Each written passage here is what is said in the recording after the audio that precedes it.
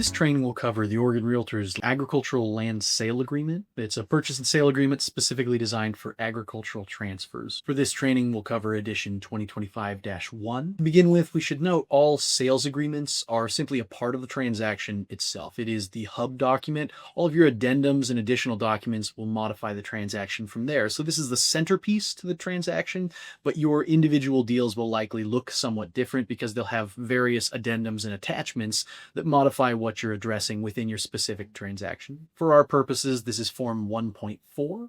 That is our agricultural land purchase and sale agreement. The way that we've broken up the Oregon REALTORS Forms library is by number. The first in that number set, 1.1, 1.2, 1.3, and so on and so forth. That first number refers to sales agreements. If it was a 2.1, 2.2, and so on and so forth, that's one of the addendums or a general document you would use to modify your transaction. 3.1 is a property disclosure document. So for instance, 3.1 is the seller's property disclosure statement. 4s are special addendums that have to do with a very distinct type of property, historical properties, that sort of thing. Termination documents are 5s, commercial addendums are 6s, 7s are property lease documents. So if there's someone that's living in the property or you have something that needs to be assigned, some solar panel, something along those lines, propane tank, you'd use the 7s. 8s are for seller carry or seller financing. 9s are agency related documents, your representation agreements and your listing agreements, and the 10s are advisories. For our purposes though, here we will only cover document 1.4. To begin with, in the sales agreement, the first page when you have the PDF for the sales agreement is always your final agency acknowledgement. We're going to jump over that for now. It's just an acknowledgement of all the agents that are involved in the transaction where you specify who is doing what and who represents who. The actual meat of the document starts on the second page of the PDF, what is described as page 1 of the purchase and sale agreement. That first page of the purchase and sale agreement begins with all of the relevant terms, the major provisions that you're going to be filling out throughout your transaction. The first page will have the purchase price, the closing date, who gets to keep fixtures, how much is in earnest money, how much people are putting down, whether you're closing, prorating the costs before or after possession, or whether it's based on a closing date, if somebody's moving in beforehand or afterwards. That's all encompassed on this first chunk of the transaction document. We've broken our sales agreements up into 3 pieces. The first is this fill in the blank, multiple choice, many input section that has the meat of your decision making for a transaction. The next piece begins on page 2, and it's the timelines. Everything in the transaction that has business or calendar days, everything that runs upon a timeline will be in this next chunk, the second chunk of the document between pages 2 and page 4. Essentially, these timeline provisions are going to always specify whether it's something in business days or in calendar days. For our purposes, a business day is any day that's not a holiday, a weekend, or a day that the government is otherwise closed. It's just a day on a calendar, so every day is a calendar day. All of your timelines will specify. We'll never have a situation where it just says you have 6 days to do something. It'll always say 6 calendar days or 6 business days, and that's intentional. Your time periods will all be kept in this section, and so if a party wants to know how long do I have to do the following thing, you can always refer to this second chunk of the sales agreement to find your time provisions. The third chunk of the sales agreement is all of the general provisions and general terms. Once you get to this general terms section, these are the load-bearing walls of the contract. These are generally legal terms or legal standards for how you would run your contract. It has an assignment. It says you can do 1031 exchanges. It tells you how termination works. It defines terms within contract. These generally should not be modified without an attorney's input because you could be changing substantial rights of the parties or modifying away from a protection that was designed into the contract originally. They can be changed, but they have to be changed with intentionality, and we would encourage with attorney input. So this is the third chunk of the contract, and this carries through until the last page. These provisions don't require any input whatsoever. In the first chunk, you're going to have quite a few inputs. You'll be making decisions and writing in quite a few things. Your client gets to pick out how many days they want, for instance, on their due diligence period. Do they want 10 days as the default would normally set, or do they want to give them 20 days, 15, something along those lines? So there are minor inputs in your time provision section. Once you get to this third general term portion of the contract, there are no more inputs. The information is simply written as is. It's pre-printed provisional language. On the very last page of the document, there will be modification. You will have an input on that. The very last page will have when does the buyer's offer expire, when is the deadline for when this offer may be accepted, and a place for the buyer's signature, and whether the seller accepts, rejects, or counteroffers, as well as the seller's signature and the date and time of the seller's signature. This last page is the last piece of input for most of the last half of the contract. You won't have any input that you have to do. We would still encourage that you have your client read through the contract carefully, but understanding that many people use DocuSign and it jumps them to the next space where they can fill something in, this last page is the last piece of input within the contract. At the very, very end of the contract, it does have a piece for delivery and presentation of this offer to your seller client. It is for informational purposes only. It largely is there just as a paper trail document for you to prove that you have presented as you're required under state law. Now, it is worth noting if a seller does choose to counteroffer the transaction, we do require that they either use a specific counteroffer or Form 2.3, which is a counteroffer that is pre-drafted if you are post-expiration. So if the offer expires, you hit your buyer's offer deadline, you should use Form 2.3 or a counteroffer of your own deciding to then effectuate that acceptance of an offer post-expiration. You should never accept an offer that has expired. There are problems with the statute of fraud that rise up, and we would prefer just not to deal with that. So if your offer expires and the seller wants to still accept it, use either a counteroffer and make a counteroffer, or use Form 2.3. You can accept an expired offer only with a counteroffer or Form 2.3. We'll start back up at the top of the contract and actually talk through the provisions of the agricultural land sale agreement. There are quite a few provisions that we'll cover. We won't cover all of them. Many of them are relatively straightforward, but we'll do the best hits of the contract. To begin with, Section 1 explains the use case of this contract. Sometimes you will have an agricultural sale that also involves a sale of a home, for instance, a vineyard that has a house on it. This contract is designed to encompass all of the agricultural transfer as well as the residential transfer of that real estate. So you'll have all of the provisions from a regular residential purchase and sale agreement plus some extra, because many times your agricultural land sales agreements will include the sale of a residence, and so all of the provisions from a normal sales agreement would have to be there, with the addition of things that cover agricultural transfer specific concepts. And we do note what this use case is for an agricultural purchase and sale agreement. It includes sale of ranches, sales of fisheries, sales of structures that are used otherwise for conservation efforts, solar farms, anything that is agriculture or agriculture adjacent, this transaction document should accommodate. From there, the next section in the contract provides signatures of the parties, and then we'll jump over to the property description. In this portion of the contract, it has a space for you to put in the property's address. Please note, this is just a mailing address. It's an identifying address. All you have to do is be able to prove to a party what property you are selling. Now, if that property address, typically it's a mailing address, is not sufficient, there is extra space for you to specify where exactly this property is. So for instance, if you are selling a 40-acre plot within a 160-acre field, you're selling 4 parcels separately, and you're only selling 1/4 of the land to this particular buyer. They only want to buy 40 acres to put up their vineyard or whatever it is. That 40-acre parcel may have the same mailing address as the other 3 40-acre parcels, so you may have to use a legal description to describe specifically the one parcel. The northeast quarter is what you are selling, and you need to use that legal description to make it clear what this transaction refers to, what the additional space provided if your mailing address is not sufficient. If a mailing address is sufficient and you could find this property by simply looking up the mailing address, you don't have to necessarily add a legal description or further description. There is also a space involved here where you can specify if there are farm help dwellings that are on the property. That may be the case, but not necessarily. Section 4 will have your financial terms. This is where the parties can set out what the price is, the purchase price, whether it's going to be cash or if it's going to involve a loan, how much there's going to be in earnest money, who's going to be holding the earnest money, how much there's going to be as a down payment. It also allows you to specify if there are contingent or non-liquid funds. Contingent and non-liquid funds are worth pointing out. These are specifically the items where the money is not available to the buyer yet. So for instance, if the buyer has to liquidate their stock account or liquidate their retirement account, they don't have the money yet. They will eventually, but something has to be done to make that, and it has to come from a sale. That's a non-liquid asset. It's stock accounts, Bitcoin wallets, anything that you have to transfer or sell to get the hard cash to make the purchase of, that's a non-liquid fund. Contingent funds are money you don't have, but you're assuming will happen, assuming something in the future happens, maybe. So for instance, I am able to make my down payment, but I am assuming that I'll get a loan from my parents or from my rich uncle or something like that.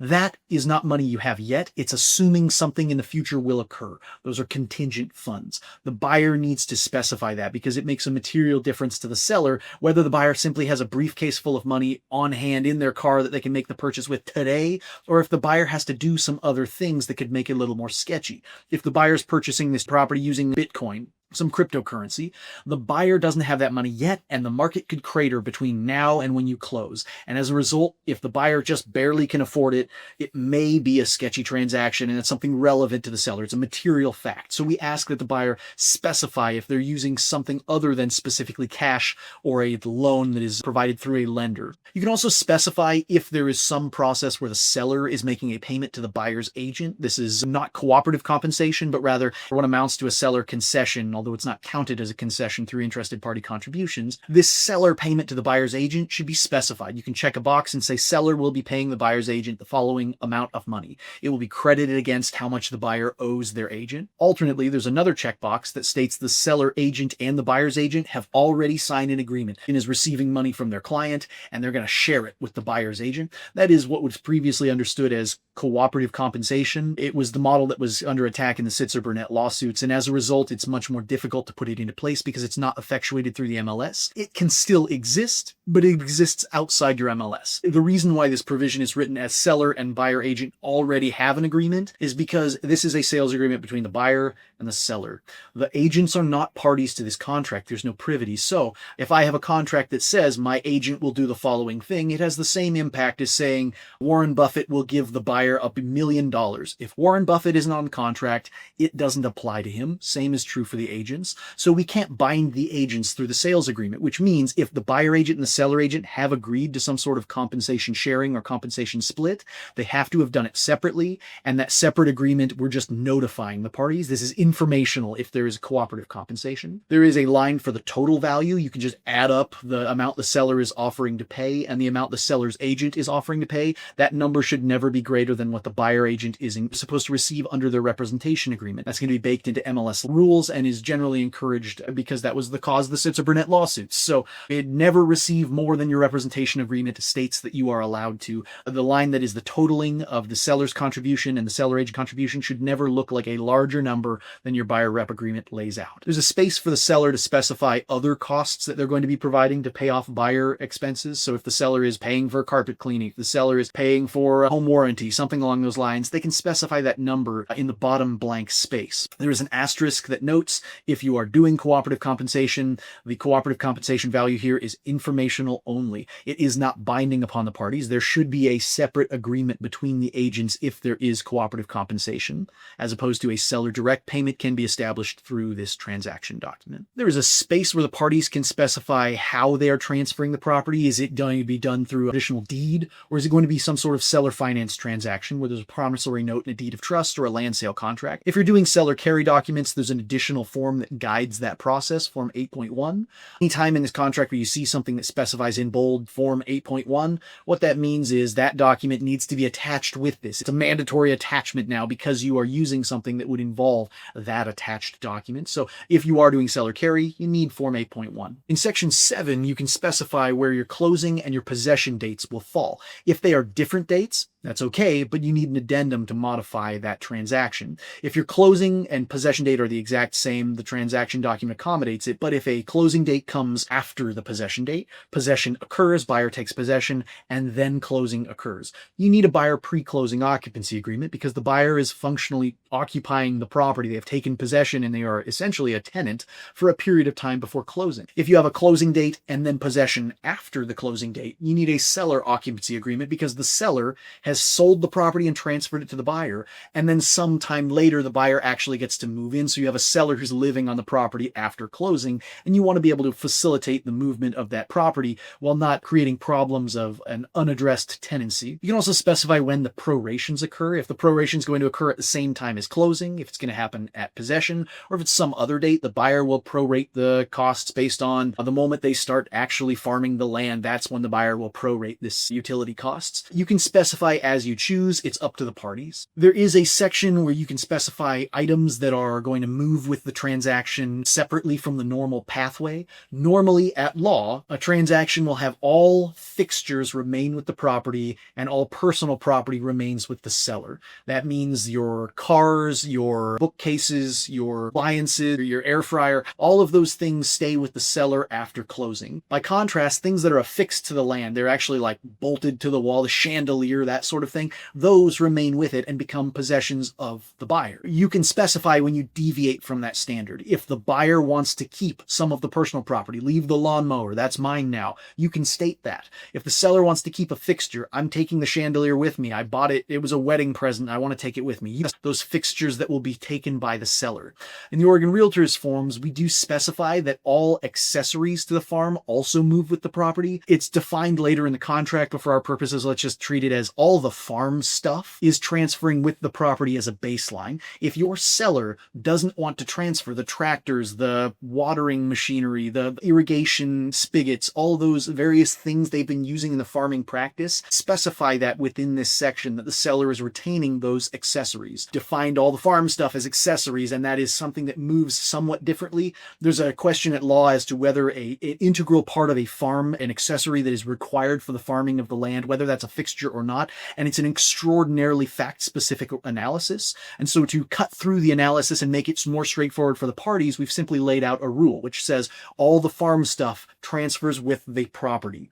If you don't want it to transfer, tell the other party, but we're not going to leave it as a question mark where someone says, well, you know, I can't actually do the cranberry farming if I don't have the presses and drying racks, so I'm going to count those as fixtures even though they're on wheels and are movable. There is case law about this that people have fought about in Oregon for over 150 years. It's better to just specify it now at the onset. Your accessories transfer with the property unless you say otherwise. There are many sections within the contract that will link you to another specialized form. If that is the case, there will be a bolded form number after whatever checkbox you use. So if it says, you know, check yes, there's a tenant involved in the property and the seller's supposed to get them out, there'll be a checkbox and it'll say use form 7.1, the tenant occupancy addendum. It'll tell you this is the form you use to accomplish what you've just said you're doing. If it does tell you you need one of those forms, make sure it's attached to the file. Many platforms, zip forms, SkySlip will automatically attach those items if you check the appropriate box. It's a programmed process where if you check the box, it'll add it to the back of the file. But if that's not the case, or if it's something where there's an error on the platform and it doesn't attach to your file, you need to make sure that all of those are there. If you say there is a well on the property, make sure there's a well addendum in your packet of documents that you're filling out with your offer. There's also a substantial segment that allows the parties to specify which rights are transferring or otherwise not transferring. Within the agricultural land context, these are particularly relevant. Are there water rights? Are there grazing rights? Are there timber rights that are moving? Are there mineral rights that you're transferring with this property? If you are transferring those with the property, say that. That's great. If you're not transferring them, the later portion of the contract will state that essentially you need to work with the other party to effectuate that retention of the right. So if, for instance, a seller is selling the land but wishes to retain all of the grazing rights on it because they're not quitting their ranching job, instead they're just selling the farm, but they're going to keep farming the land themselves, they're just not going to own it anymore, you need to make very intentional specifications of the movement of those rights. There's a portion where the seller can specify if they want to retain some sort of lease over the property, as was alluded to earlier. If a seller is selling the land, but wants to continue farming it, wants to continue working on that land, and wishes to become an agricultural tenant who is utilizing the land but doesn't own it, there's a process for that. There are forms for that, but it's something that should be specified. Typically, this means the seller is going to be counteroffering or otherwise is going to be providing the terms of their lease that they're asking the buyer to enter into. It is something that you need to specify at this juncture in the contract. At the very end of this kind of fill in the blanks section, there are additional lines where you can put in other terms. Sky is the limit. You can write what you wish. If you have enough space to write in what you want, that's great. If you don't have enough space, use a general addendum, Form 2.2. Form 2.2 will allow you to just write in what you wish within the general addendum context. It can be added to it. Generally, if you're using Form 2.2 general addendum, you'll want to make mention of that in this blank section. See general addendum A. See general addendums 1, 2, and 3 for additional terms. You can specify and incorporate those documents within this additional provision section. section. From here, we get into the time period terms. Time periods are all going to be running in this same section. All of your timelines are in this same general piece. We begin the time period section with counting time, a provision called the counting time section, which essentially lays out the general rules for the timelines period. All timeline will be calculated based on the property's time zone. Most Oregon property is Pacific zone, but there are some properties in Malheur County that are going to be on Mountain Time. Where your property is, what time zone your property is on, that decides the times of the contract. If it says something must be done by 5 p.m., that is 5 p.m. in the time zone where this property is located. It goes on to specify that if a timeline begins on some triggering date, for instance, the title review period. Once the title report is delivered, the buyer gets 5 business days. That 5 business day time frame does not begin until the day after the receipt of that timeline. If I hand you the preliminary title report today, your 5-day period begins tomorrow or the next business day. If today was Friday, it would begin on Monday. If today was a holiday, it would begin the next day when the holiday is not happening. But essentially, when the actual triggering event happens, for most things, the triggering event will be mutual acceptance of the contract. Once that triggering event happens, the timelines begin the next full business or calendar day. It'll specify within those timelines and terms whether or not that thing is a business or a calendar day. So always pay attention to that. Specific dates controls is a provision we have in here as essentially a safety net. It creates the protection where if a party has accidentally left something blank or accidentally checked both boxes and there's an ambiguity, this provision resolves the ambiguity. For instance, if you look at the section that's in red now, if you have accidentally left both of these provisions blank within blank business days, in this instance, the specific dates controls section will control. And the first of those checkboxes will always be the one that is assumed to have been selected. So if you accidentally leave an entire provision blank, it will automatically assume through provisional language that the first checkbox was selected. We don't encourage you rely on a safety net. We would encourage that you intentionally check a box. But if something does happen into error as human and a mistake is made, contract will automatically read that as the first checkbox applies. Similarly, if you have accidentally checked both boxes somehow and written in a timeline and you have some clear ambiguity where it's not really sure whether you meant the first or the second box, the provision specific dates controls resolves that confusion by saying here where there's ambiguity, where it looks like you may have chosen both things, we really mean you chose the pre-printed first checkbox language. In the Earnest Money Deposit section, there's a pathway for Earnest Money Deposit and what happens if earnest money fails. It is a two-prong approach, and your options are as follows. You'll have a period of time for the buyer to deliver the earnest money, and if they fail at the end of that Earnest Money Deposit period, the buyer's failure to deposit entitles the seller to send a notice of default at any time after the buyer's failure. So you give the buyer 3 days to put in their earnest money, they have failed. Now, for the rest of the contract, the seller can send a notice of default. The notice of default comes on a very specific form. It's the seller's notice of default where they say, buyer, the contract told you what you were supposed to do, and you have not accomplished that. As a result, I'm letting you know. I'm telling you, hey, buyer, you have failed one of your contractual duties. You give them extra time, another period of time to fix their mistake. I will give you 3 extra days. Put in your earnest money. You get 3 business days. Go. If the buyer fails a second time after receiving this notice of default, that is then something that the contract states entitles the seller to recover the intended earnest money sum. If it does go to small claims court or arbitration, the seller has a contractual right to recover any amount of earnest money the parties had contemplated putting down for this transaction. There's a complication if earnest money is not deposited, where it's difficult to say the seller is entitled to anything because no earnest money is there and escrow can't send it out. And so the process gets complicated. This clears that up and clarifies by essentially saying, seller, if the buyer fails and you let them know about their failure and they then fail to cure after being notified, you can go after the earnest money sum. Alternately, the second approach is the buyer fails to deposit the earnest money by the end of the timeline. Within 2 days, the seller can just straight up terminate and move on. They don't get a right to the earnest money. They're giving up the earnest money, but they can move forward. They can just go straight to termination. They don't have to wait a cure period. It's the difference between, for instance, a slow market where this is the only buyer the seller's seen and this means something to them and they've relied on that buyer's offer, or a fast market where the seller has a backup offer and they just want to be done and rid of this first buyer who is clearly not showing that they're operating in good faith by delivering earnest money and the seller just wants to move on. You have the right to move on as a seller, to just go straight to termination, but you have to do it within 2 business days after the earnest money deposit deadline happens. happens. If you wait until after that 2-day period is over, the seller no longer has a right to move straight to termination. They instead have to go through a notice of default. So you can send a notice of termination within 2 days, or if you don't want to send a notice of termination, you have until whenever the transaction would otherwise have closed to send your notice of default. Hey buyer, you were really supposed to do this. Please do it, otherwise I might terminate. If the buyer is using a loan to finance the transaction, we're assuming that they make several representations about their ability to pay the down payment, about their ability to pay the earnest money. If they're using non-liquid or contingent funds, they need to have specified that beforehand. The buyer shouldn't just surprise a seller with something that says, I thought I was going to be able to purchase, but I actually don't have enough money. Turns out when you remove money from your retirement account, there's a portion that gets taken as a tax. I didn't know that, so I can't purchase. That should not occur.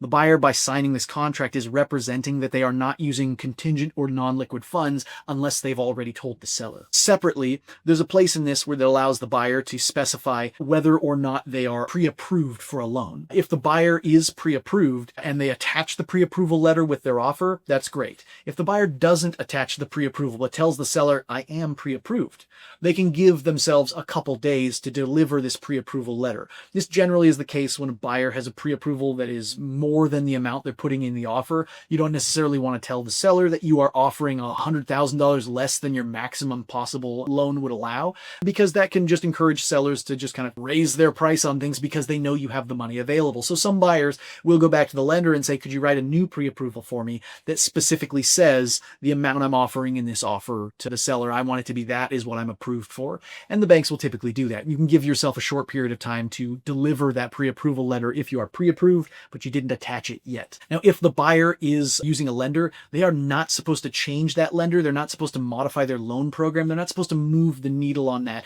without seller approval. Your decision of what lender or what loan program you're using is typically a material element of why the seller chooses you as a buyer. If you're using a VA loan or an FHA loan, that means something different from a hard money loan or a conventional loan. And so the seller needs to be aware and needs to approve if you're going to change your loan or your loan program.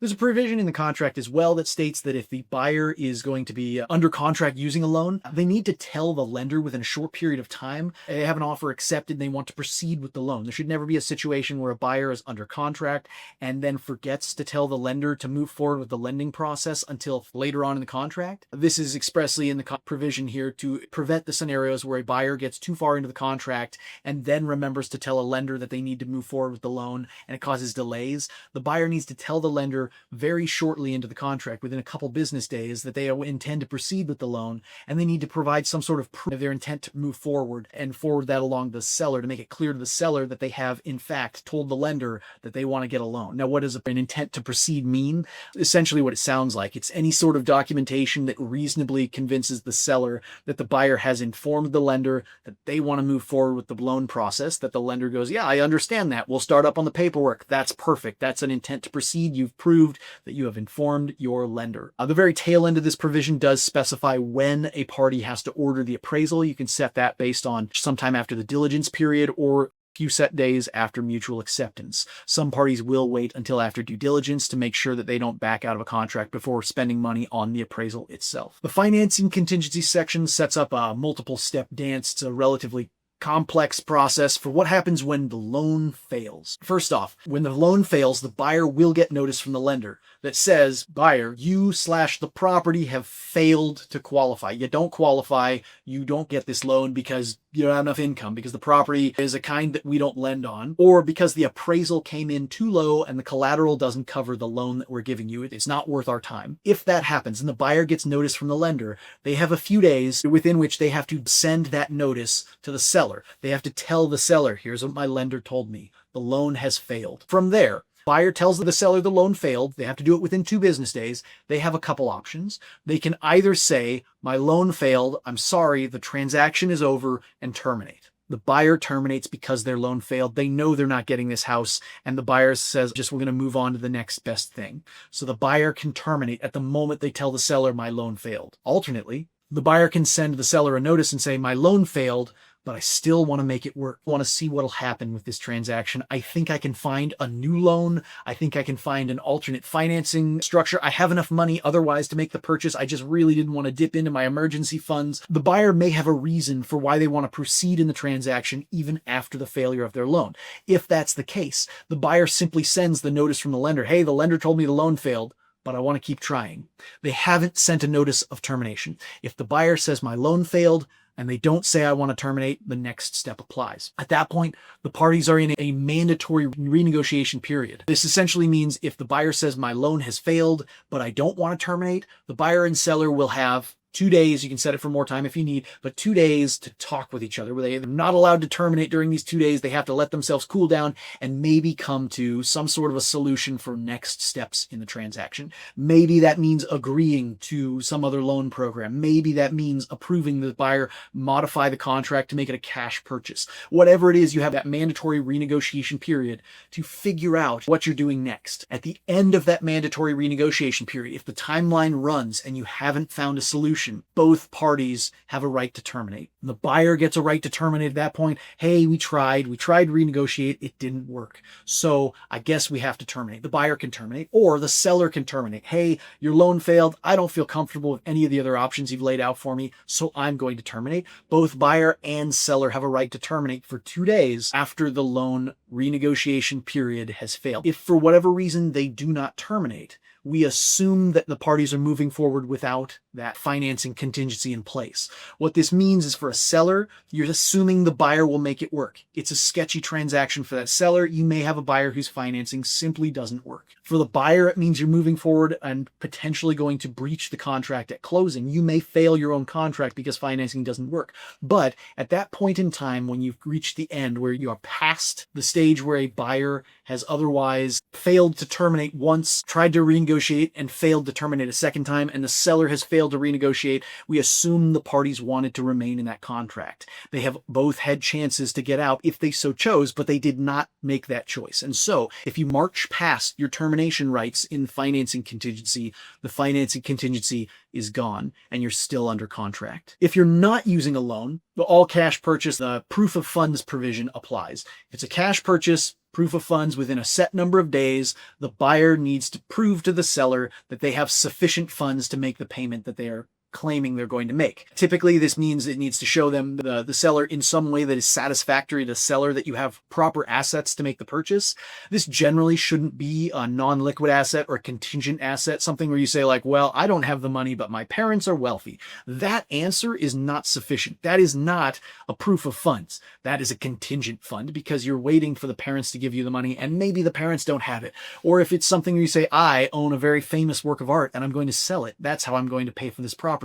That's not money you have in hand. Proof of funds means show the seller that you have money in hand that can make the purchase. If you don't have that money in hand, you need to specify it. The proof of funds does need to be sufficient for the seller. The seller can terminate if they find the proof discomforting, if they don't approve of it. If the buyer sends them just a photograph of a wad of money that they have, like a briefcase full of money, and they say, this is all that I have. It's a briefcase with $1 million in it. The seller doesn't know if that's real or not. It looks sketchy, and who keeps money in a briefcase? So the question at that point would be, is this a proof that satisfies the seller? The seller can say no. And if the seller says, I'm not satisfied with the proof, it makes me uncomfortable, the seller can terminate. Following that proof of cash funds section, we have the due diligence provision. This is not an inspection provision. It allows inspections, but it's more than that. Due diligence is all the things the buyer needs to look into to purchase this property. Maybe the buyer's reason for purchasing has to do with the viability of the agriculture they want to put in. Maybe they need to take some soil samples and see if it's actually viable to grow the specific vineyard they want to grow. Or if they want to do marijuana, maybe there needs to be a specific permit that they get from the city or the county,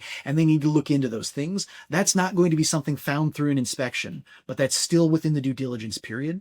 The buyer has a right to terminate at any time during the window that is open during this due diligence period. The buyer has a right to terminate or to look into all the other things they want to do. any reason at all allows the buyer to terminate during this time frame. If the buyer doesn't like the house suddenly, they just don't feel it anymore, they have a right to terminate. That's fine. The buyer can do inspections during this period of time. We allow that. There are some inspections that would traditionally be considered invasive that the buyer is simply allowed to do as a matter of contract. They can do pest inspections, mold inspections, dry rot, oil tank. They can do radon tests. The buyer is simply allowed to do these things. As a matter of contracting, we say it's permitted. If the seller doesn't want to allow mold inspections or pest inspections, they can specify in the contract buyer not permitted to do pest inspections. But the default stance is those tests that are specified as allowed and not invasive, the buyer can simply do those. And if the buyer does do their inspection and finds something that they don't like, they can request repairs. They can request modifications to the property. They can request changes. And if the buyer does make these requests, the seller is supposed to respond to them post haste,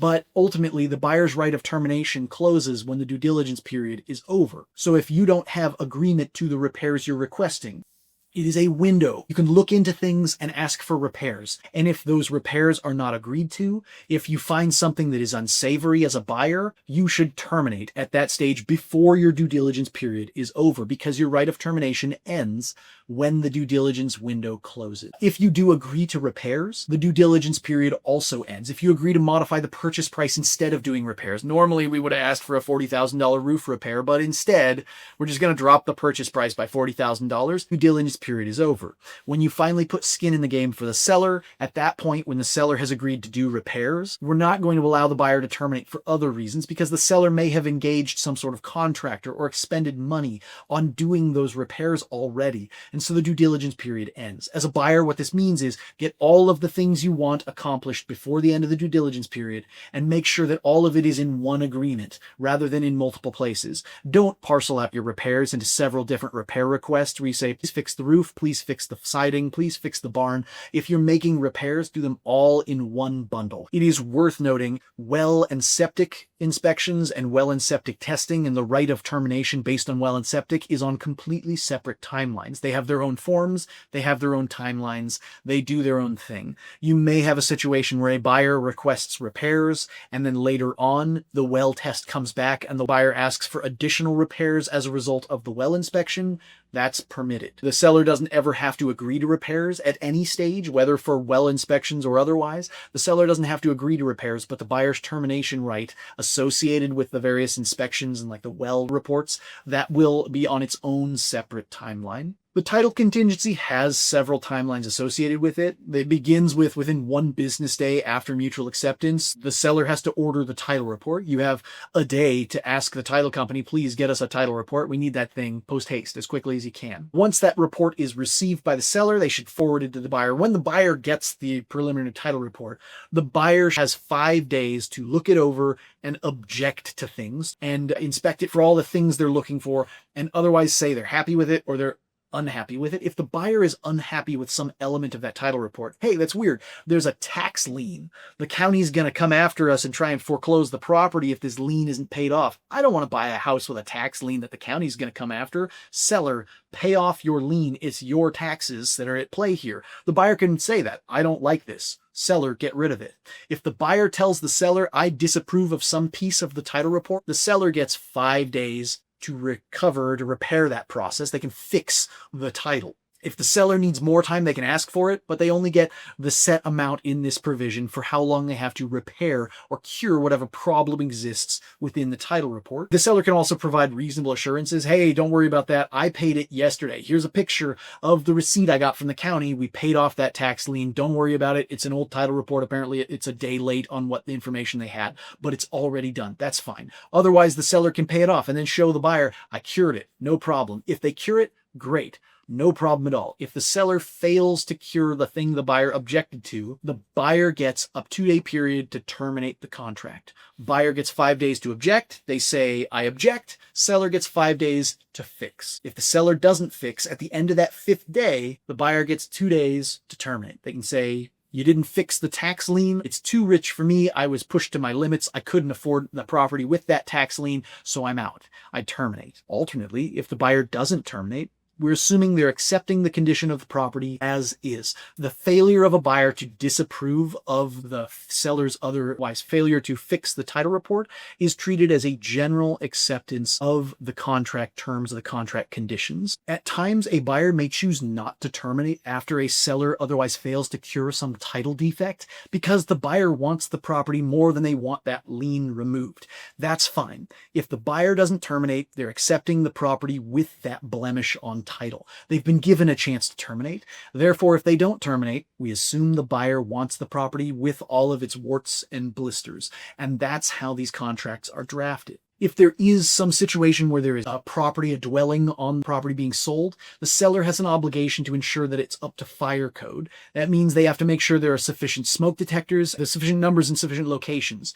You need to also make sure that there are proper carbon monoxide detectors based on state fire marshal codes. If the buyer has an inspection, let's say the buyer has a loan and there's an appraisal or an inspection by the lender, and the lender says, you gotta come back later and prove to me that there is a smoke detector. I can't fund this loan without all of it being up to code to the fire code, and the buyer has to otherwise pay for a second inspection. This provision says the seller is going to be the one that pays for that second inspection. If it's something that is a second inspection cost that is created through what amounts to seller's own negligence, seller's failure to be up to code, that's something that the seller pays for, specifically for smoke and CO detectors. After that, we get into some of the agricultural specific provisions. For instance, crop harvest. If you have a scenario where there is a agricultural crop of some sort that is planted on the property for commercial purposes, it's going to be sold. 1-230 creates a right of emblements, which means that the person who planted that crop can come back onto the property and cultivate it until it is harvested. This provision, the crop harvest provision, allows the parties to lay that out. You can specify, hey, you have until the following date to keep cultivating this product and keep on taking care of your agricultural product, and then cut it and remove it and take it with you. In some cases, this will be a short period of time. For some agricultural products, it may be a matter of months. For something like Christmas tree farms, this could be a matter of years. It could be upwards of 20 some odd years that the buyer is allowing the seller to come back onto the property to cultivate this commercial product. And that's simply because Oregon law requires it. We encourage the parties to very intentionally specify when the buyer can expect the seller to have this crop harvest done. If there are some sort of UCC filings or otherwise if there's something that needs to be transferred under the Uniform Commercial Code, the seller will assist in the transfer of that. If you specified otherwise the seller gets to keep it, you don't have to transfer it. But if it is something under the UCC that is transferring, for example, cattle, let's say the seller is transferring cattle with the sale, the seller needs to work with the buyer to remove any UCC filings that otherwise secure that property so that the buyer is not getting something that is otherwise encumbered by some sort of a secured interest on it. So the parties can agree to a transfer of cattle if the transaction involves some sale of property that is within the transaction that is secured by a UCC filing. So for example, personal property that is securing a loan. If you had to get a loan to purchase some of the farm equipment that's being transferred with this sale, and the bank owns a security interest in that farm equipment or in cattle. Oftentimes cattle will have a UCC filing on them. If that's the case, this provision essentially says that you'll make sure that that UCC lien, that secured interest, is removed before closing. Maybe that means paying off the loan to the bank to ensure that they give up their UCC interest in that equipment, or otherwise it says the parties need to agree with each other that this transfer includes transfer of property that is subject to a secured interest. If that is the case, the buyer just needs to know, hey, you're getting this livestock, but you're not getting it free and clear. There's still an interest on it. So if, for example, this loan is not paid back, they may try and repossess whatever it ends up being that they're trying to repossess. So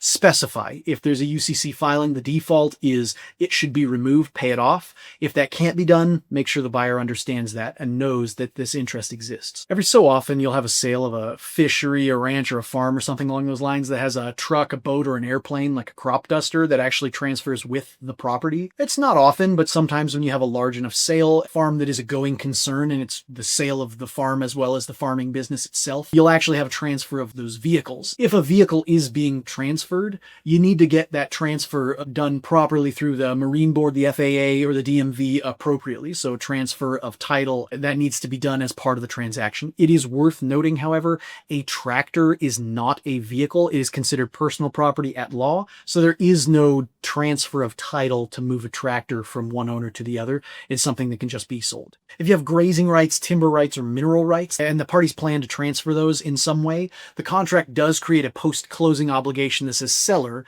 because this transaction includes you selling grazing rights, timber rights, mineral rights to the buyer, you're going to assist them in making that transfer happen as quickly as you can, but it doesn't have to occur by closing. We would prefer it happens by closing, but sometimes that's not going to be the case, and the buyer has to be able to purchase the property before they can be granted the grazing. Cases, there's a post-closing obligation of the seller. Even after the sale, the seller is still on the hook under the contract to assist the buyer in completing and finalizing those assignment of rights. If something does go truly haywire, there is a risk of loss provision. This is here for those scenarios where there's a specific or a substantial loss to the property that was otherwise expected in the deal. We're going to sell a vineyard to someone else or an orchard, and there was a wildfire and it's all gone. If that's the case and you don't have like the prime directive of your transaction anymore, there's material damage to the property being sold, this risk of loss provision provides some sort of a scaffold, an idea of how to move forward. It essentially says, buyer, if you still really want to purchase, you can. Under the following terms, you can try and renegotiate it because you definitely have a different transaction at play now, but it allows the parties at least some step forward in these tragic scenarios where they can say yes or no. They can continue in the transaction and actively kind of find a solution, or they can just say, I'm sorry, the property has had substantial portions destroyed and I don't want it anymore. And there's an out path for that. There's a termination right at that stage. If there is a dwelling on the property that was built before 1978, someplace where people are living that was built before 1978, the lead hazard, lead paint laws are going to apply. And so there's additional disclosures and additional requirements, additional pamphlets that need to be transferred or provided with this property transaction. So if the property itself, the dwelling, was built before 1978, you'll have additional documents and additional disclosure forms that must be attached. And those carry additional term rights where the buyer can look for lead. And if they find lead paint on the walls, they can say, I don't want to buy this house anymore because I have children and lead paint is dangerous to them. The buyer has that right to get out of the contract if they find lead. If the property does have a dwelling, you'll note that many of these instances it says if the property has a dwelling or if it is subject to the following laws. This is because agricultural purchases will sometimes include dwellings, but sometimes won't. If the property includes a dwelling and that the SPDS applies, the seller's property disclosure statement through 464, it will require that the seller provide various disclosures about the property itself. It'll essentially say the buyer needs to be informed of various things that you know about the property. There are times where you could be exempt. There are times where you might have a property that's excluded. But typically speaking, as a general rule of thumb, if there is a dwelling where somebody lives on the property, there's going to be an SPDS that comes with the transaction, and that SPDS grants the buyer a right of revocation where the buyer can back out of the contract for a period of time after they receive the disclosure. Now, separately, there is what we've described as the seller's agricultural land disclosure. This is not created by law, where the SPDS is created by Oregon law. The agricultural land disclosure is creation of contract. It is additional disclosures that are generally related to agricultural concepts. For instance, that you have a solar lease or some kind of a wind farm, or if you've got issues where animals have a range that moves through the space, there is a requirement at federal law that certain agricultural disclosures occur. It's a result of AFIDA, which is the Agricultural Foreign Investments Disclosure Act of 1978. And essentially that says that if a foreign purchaser is purchasing the property, they have to report the sale to the Secretary of Agriculture. They have to tell the Secretary of Agriculture, I am a foreign person who is purchasing this property. I am planning to use it the following ways. It's essentially a national security interest because there's a vested interest of a nation having food security in its own right. And if foreign parties own your food production land, that can create problems. And so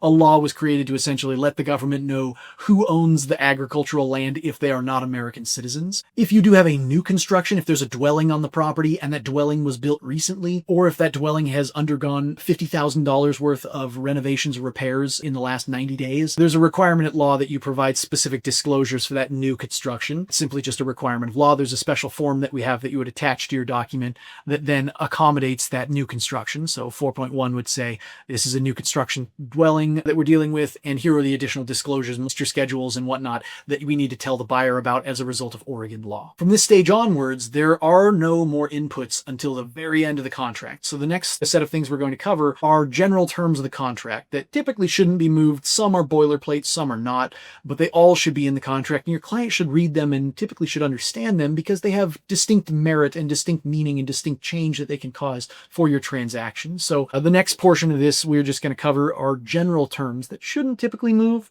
but it's good to know what they mean because you can then explain it to your client. We begin with the definitions section. All capitalized terms within this contract are typically going to be understood as a defined concept. If you see the word promptly capitalized, it means something. Promptly, in this instance, means as soon as practicable, but no more than 2 business days from now. Typically in contracts, you'll see the word promptly a lot, and it means just, gosh, how fast can you get it done? That would be nice. What we did in our contract is said every time the word promptly is used, we mean as quick as you can get it done, but at most, it's a 2 business day period of time. And so the word promptly, whenever it shows up in the Oregon Realtors forms contracts, that has meaning. It means at most 2 days. That's defined within this section. Similarly, other capitalized words will generally be defined terms that you can find in this list. There is a special definition that applies only within the agricultural land context, and that is the definition of accessories. Because there is an open question about how a thing is defined as a fixture or not as a fixture when it's integrally related to the actual running of the land, we decided to clear that through and just say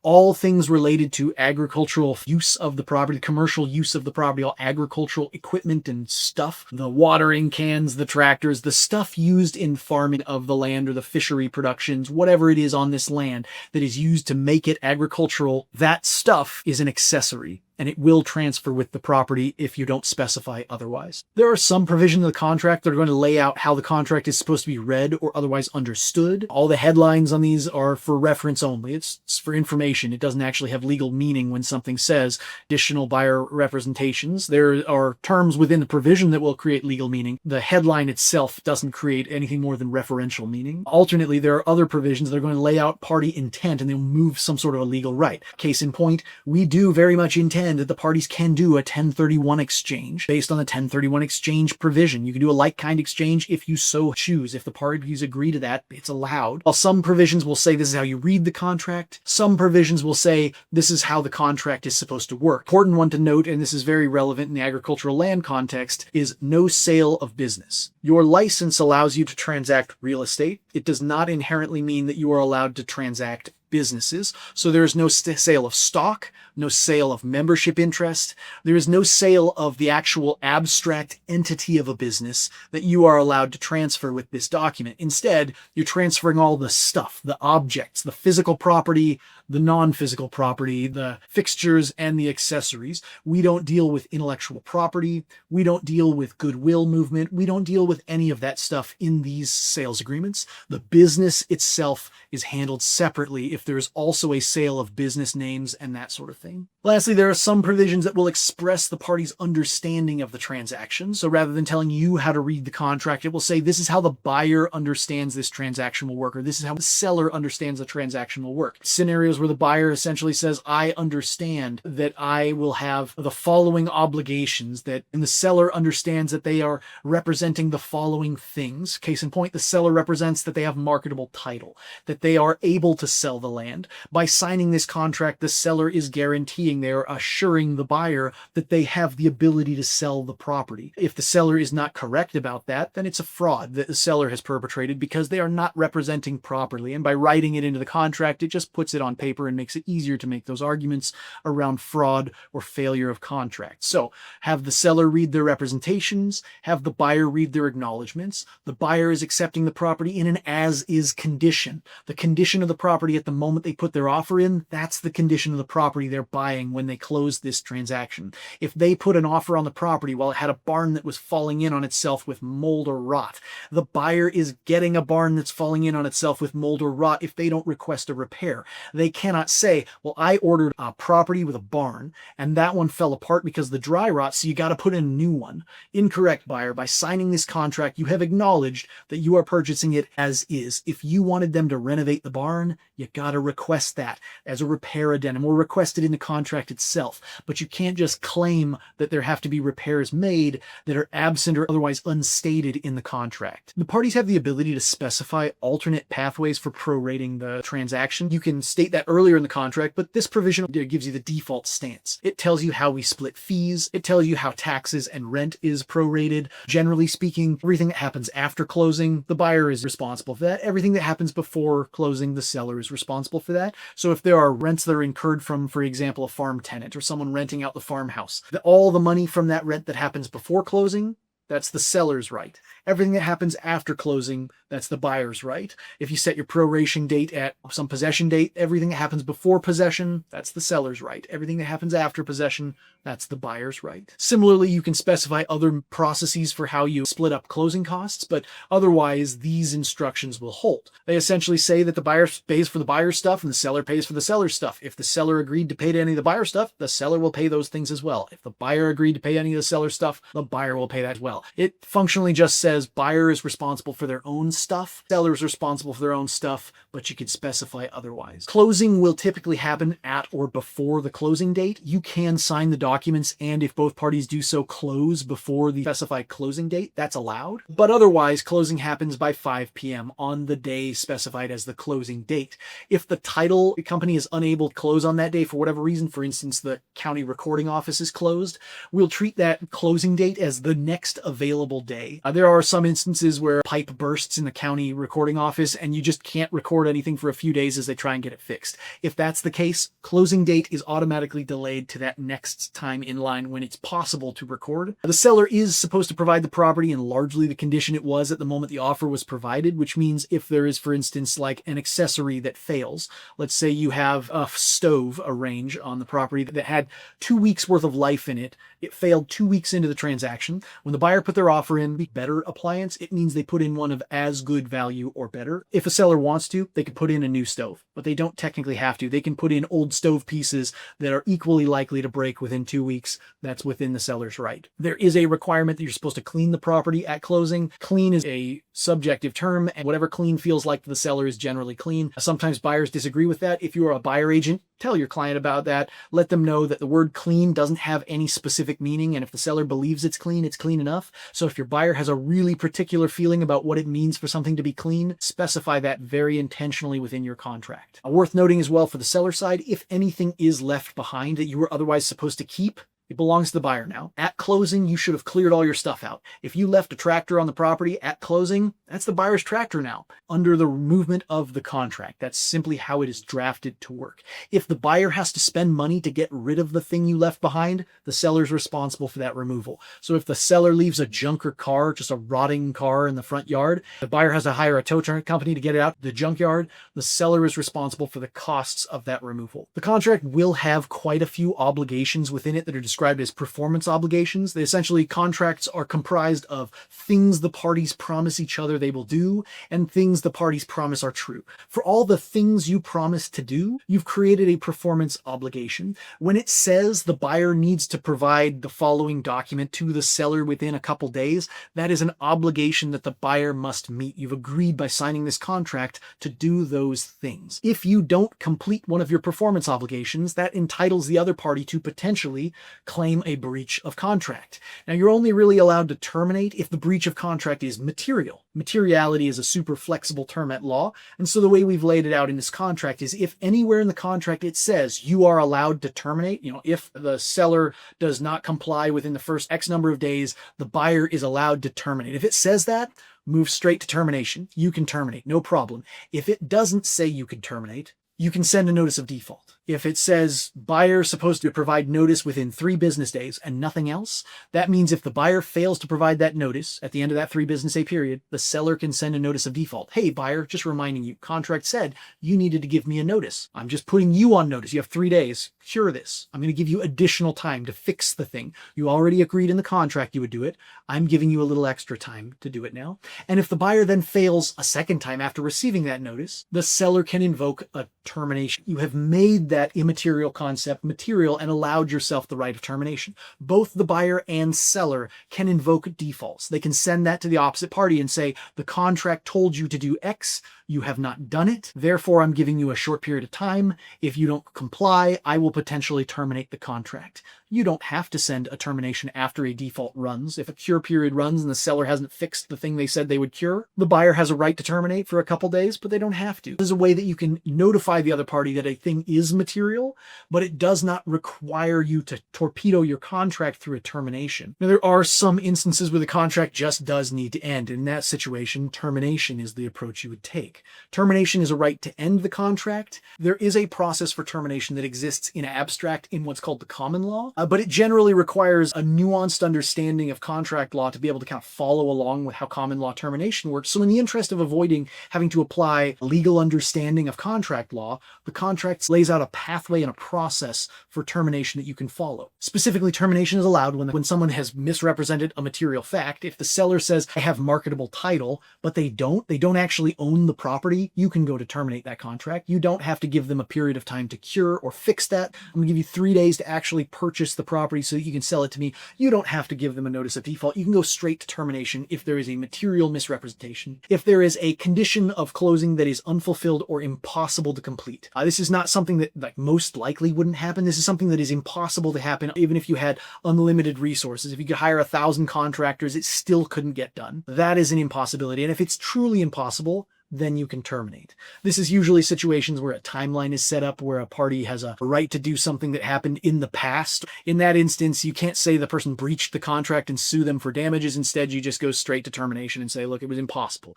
That's an impossible provision and we can terminate the contract as a result. Performance obligations, when you send in a notice of termination, it will end. If I tell you I want to end the contract, I don't have to keep on pretending we're under contract and ordering title reports and trying to fix things. Our performance obligations end.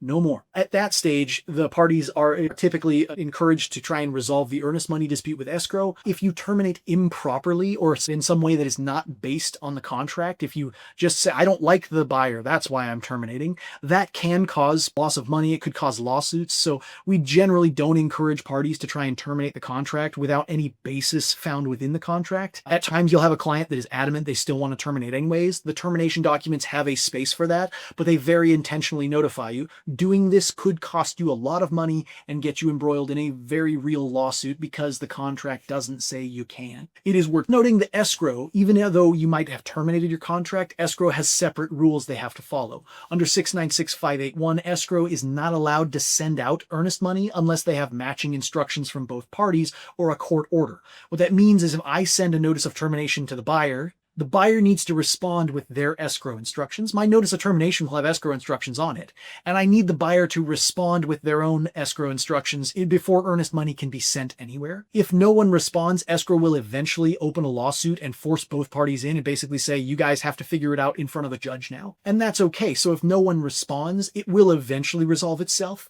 but be aware, you can have a contract that the contractual rights end on, but the earnest money is going to be locked in amber for some time until escrow gets the legal right to send that money to one or both of the parties. There is a special way to terminate a contract if you do have a property that is subject to the seller's property disclosure statement that through Oregon law. ORS 105.475 allows the buyer to revoke the contract through just a statement that they don't like the property. I got the SPDS and within 5 days they just don't like it. That is the only revocation right. It does not require escrow instructions from both parties. If a buyer says, I don't like the property and I'm within my SPDS revocation period, they can just send that to escrow and escrow will say, great, and refund the earnest money out to the buyer. It's the only way you're going to have a unilateral termination. Otherwise, you do need a response from the other party in order to allow escrow to disperse their earnest money. Once you have a termination, there may be some situations where earnest money is at play. This provision on earnest money kind of gives you the general rule for where earnest money should go.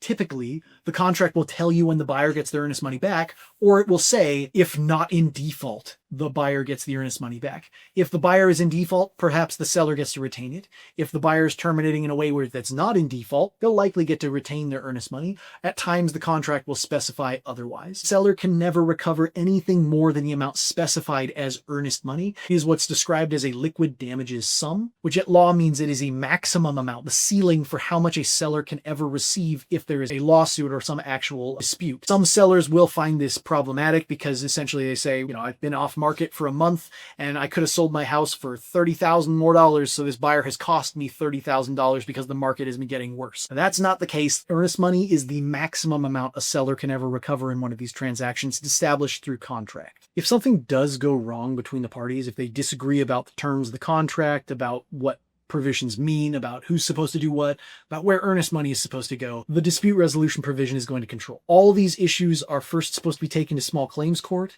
if small claims court is available. It can only handle issues that are only money related and up to $10,000. So if you have an issue that is a dispute about, for example, who's supposed to order a report, that's not something small claims court handles. If it's an issue that's for $11,000 worth of earnest money, that's not something small claims court will handle. All issues that can't be handled by small claims court, take it to Arbitration Services of Portland, where you mediate it first, and if you can't finish it through a mediation, if the party can't agree in a mediation, an arbitrator will be appointed, and the arbitrator will be the one that handles the transaction dispute, and they can come to a final conclusion. The arbitrator's conclusion can be brought to a court of law and become a court order. So if you do have a dispute over earnest money, escrow can rely on a small claims court order or an arbitration order that is backed by a court, basically saying that's a valid arbitration order. Yep, that's the way it's supposed to move. Escrow can rely on that and disperse earnest money. That is the way you get money out of escrow if it is stuck in there and the parties can't agree with one another and give instructions that match. There will be some issues that are going to be outside the scope of the dispute resolution provision. For example, if there's something that's dealing with foreclosure, if there's an eviction lawsuit, if there's a probate dispute and it goes through probate court, or if there's bankruptcy dispute, those typically have their own specialized court processes, and those will be handled within their own specialized court processes. So, for example, if there's some dispute that has to do with bankruptcy, you don't take that to small claims court. The party that's bankrupt is supposed to go to bankruptcy court to figure that out. There's a whole bunch of boilerplate at the end of the contract as well. A boilerplate is important and you really need it in your contract, but it's not something that's going to change. It'll always be there. So for instance, boilerplate,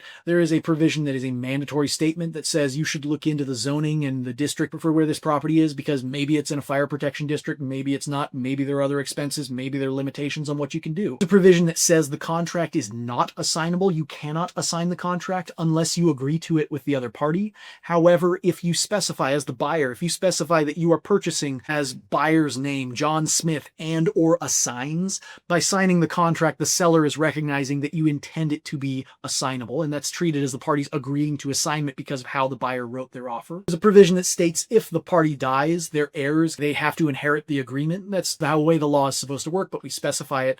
It essentially means if a seller dies, their heirs are still responsible for selling the property, because if they breach the contract, all the same remedies are available to the buyer, which means the buyer could pursue specific performance. If the buyer dies, typically the estate has the right to say yes or no to the contract, but if the estate says they don't want to proceed on this contract, they may be sacrificing or forfeiting the earnest money. So the estate and the heirs of the decedent will always inherit the contract rights. What they do with it from there is up to the estate or the heirs. There's a provision in here called time is of the essence that says essentially any time frame in the contract is a strictly material term. If there's something that says do it within 3 days and you don't do it within 3 days, that is material. That is a material breach that can cause a termination in most cases. So it is always good to know timelines. We're not joking. They actually exist and they happen exactly as they're stated in the contract. There's also a severability provision that applies if there's any part of the contract that becomes rendered unlawful throughout the course of the transaction. So for example, if the Oregon legislature changes a rule that says you can't assign timber rights, the property owner that has the rights to timber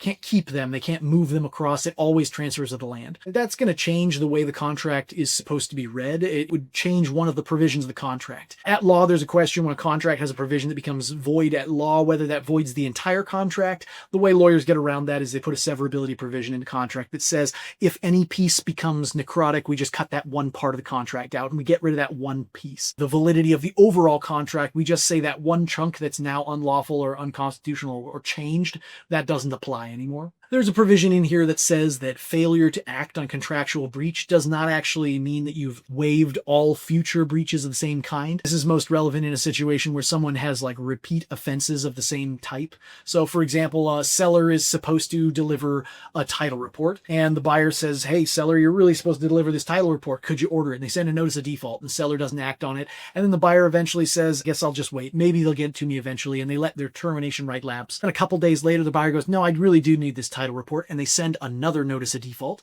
the seller can't argue because you let it slide the first time. I'm assuming you let it slide forever. This provision specifically says, by letting the first breach slide, I have not let subsequent breaches slide. So yes, you are still on the hook for that breach that is ongoing. There's a provision in here that says if you were going to modify the contract or change it in any way at all, you need agreement of the parties, and that agreement has to be in writing. So if you're going to amend your contract, put it in writing. It has to be in writing to modify or amend. And lastly, there's a provision on counterparts, which specifically just says we can sign the contract in digital copies separately. If I get a copy of exactly the same words that you get, I can sign my copy, you can sign your copy, and we'll treat that as us signing the contract. You had to sign the same piece of paper, which meant you were sending a contract by airmail from sometimes across the country or across the world. And if it got eaten in the mail process, you had to start over again because you had to have all the signatures on the same single document. That's not the case anymore. We put a counterparts provision in that just says, DocuSign is allowed. It's totally acceptable. At the very end of the contract, you have the buyer's ability to put in their signature and their ability to put in expiration date. This deadline is when the contract is validly acceptable until, once that deadline runs, once the buyer's offer deadline has struck, the offer expires and it is no longer acceptable in its current format. The seller cannot accept the offer once it expires.